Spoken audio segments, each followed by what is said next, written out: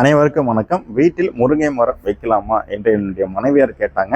இது பொதுவான கேள்வினால உங்களோட நான் பகிர்ந்து கொள்கிறேன். வீட்டில் முருங்கை மரம் வைக்கலாமான்னு கேட்டீங்கன்னா கண்டிப்பாக வைக்கலாங்க. சில பேர் சாக்காவீங்க, நிறைய யூடியூப் சேனல்களையும் டிவிலையும் முருங்கை மரம் வைக்கக்கூடாதுன்னு சொல்கிறாங்களே, நீங்கள் வைக்கலாங்கிறீங்க. நாங்கள் அதுக்கு நான் காரணத்தை சொல்லிடுறேன். நீங்கள் வைக்கலாமா வைக்கக்கூடாதான்னு நீங்கள் முடிவு பண்ணிக்கிங்க.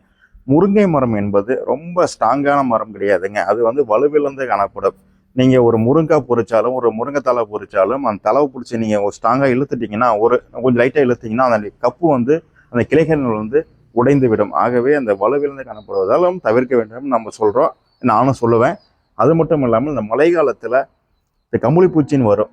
அது வீட்டு ஃபுல்லாக நாஸ்தி பண்ணும். அது இல்லாமல் நம்ம அந்த முருங்கைக்காய் பொறிக்க போகும் பொழுது நம்ம மேலே பட்டுச்சுன்னா அலர்ஜி ஏற்படும், தடித்திரும்.